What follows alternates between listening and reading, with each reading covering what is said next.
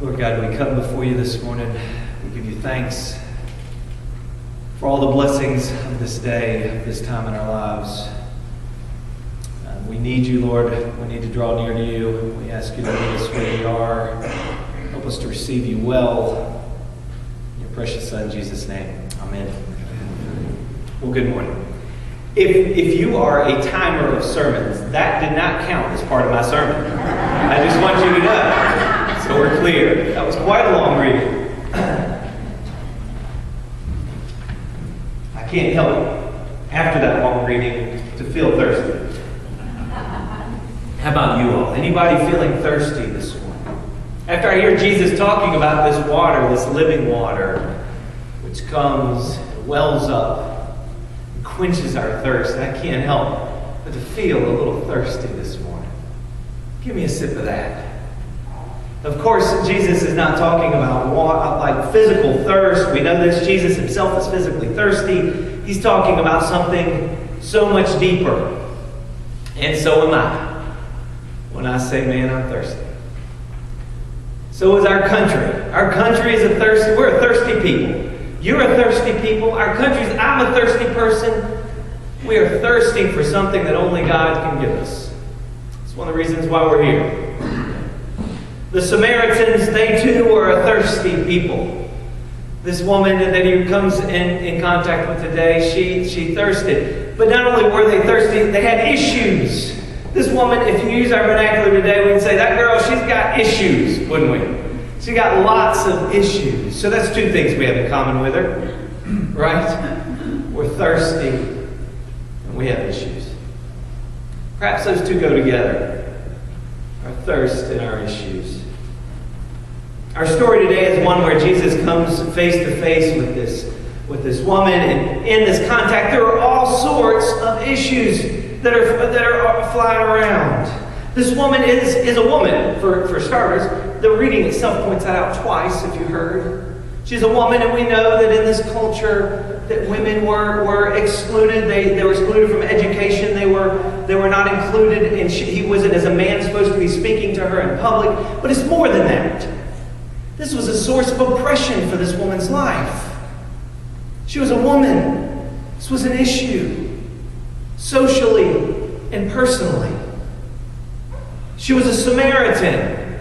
And for you and I, that means about nothing. I mean, it may mean something up here to you by now, but it doesn't mean anything in here. Her being a Samaritan, the Samaritan-Jewish divide, it was an issue in here for people.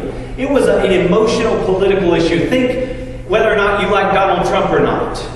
That sort of political issue. It was an emotional issue that divided the people. Not an exact parallel there. Don't get caught up. But it was an emotional, political issue. And she was a Samaritan. So a woman, a Samaritan. And one of the things about being Samaritans was that the Samaritans were considered by the Jews to have really sort of jacked up beliefs. Over time, they had been influenced by paganism and other worldly views. They'd been conquered by the Assyrians. And so this woman not only was a woman, a Samaritan, but she had wrong beliefs. She believed all kinds of strange things according to the Jews. And she had sins. We hear she had sins. Not only sins of the past, but she had sins in the present. She was living with, what was it, her fifth husband, and he wasn't really her husband. And in this, if we genuinely look at this, honestly, we see that sort of habitual sin or problem tells us that this woman not only had sin, she was living out of sin. She was living with scars of other people's sins. Someone had damaged this child of God, this woman, in a way that this cruel world often does to women. And she was living out of that. She had issues. She was thirsty. She was lost. And she needed help. I say we have a lot in common with our friend at the well on this day. I was reminded this week as I reflected on this reading of a little old movie. Not that old. Castaway with Tom Hanks. I know it's a little. You probably all have seen it.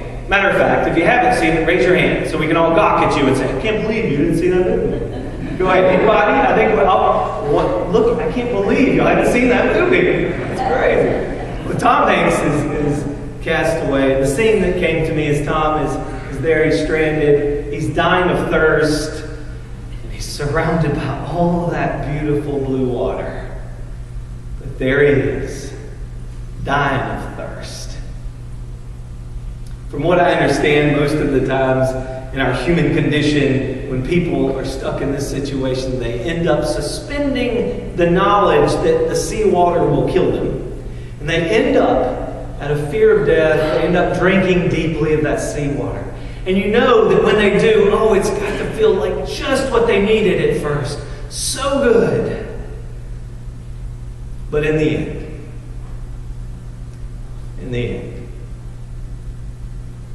like the woman at the well, our issues drive us to be so thirsty, and so often we too drink from those wells of salty water.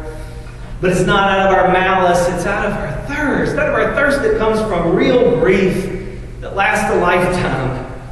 From our loneliness, from our depression and our physical illness, from our unfulfilled hearts. We just are thirsty. And so we reach out and we drink from bad relationships that feel so good at first, just because it's better to be alone.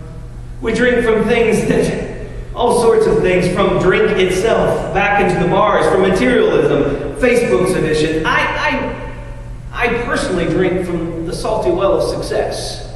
That is one of those things that I have fought my whole life. And I go back to that well because of my issues. And I drink deeply of it. And it feels so good.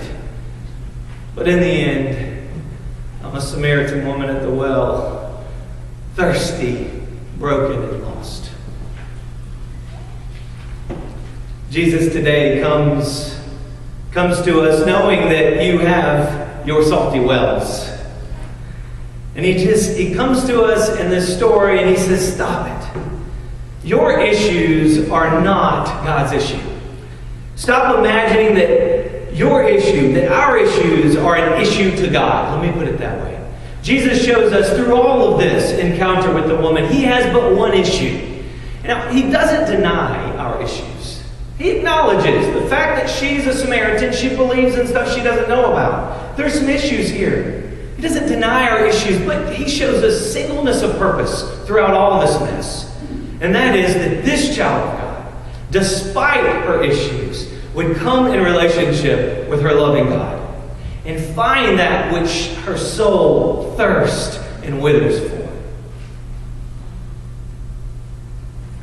C.S. Lewis put it this way. He said, in Jesus here we see that we are no longer faced with an argument, an issue, an argument which demands your agreement, but we are faced with a person who demands your confidence. We do not need to fix our issues first. We need to first put our confidence in Him who is trustworthy. And if we do, that is the path which leads to this water. That is the way of life, putting our trust in Him, obeying Him. That is the way which leads to this water, which He describes as welling up within. Does that strike you? He says it's like a spring that wells up within and quenches your thirst and washes it away. To me, that is strikingly my experience with the blessings of Jesus Christ. It's not that now that I'm a Christian, that I don't get thirsty. I do, don't we? We get so thirsty. It's not that. It's just that we know where to come when we get thirsty. We know that when we get thirsty, we come here to be with people like this, to these kneelers, to this altar.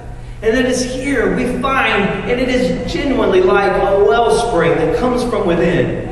And in my thirst, for a moment, I give it all to God. I let God be God.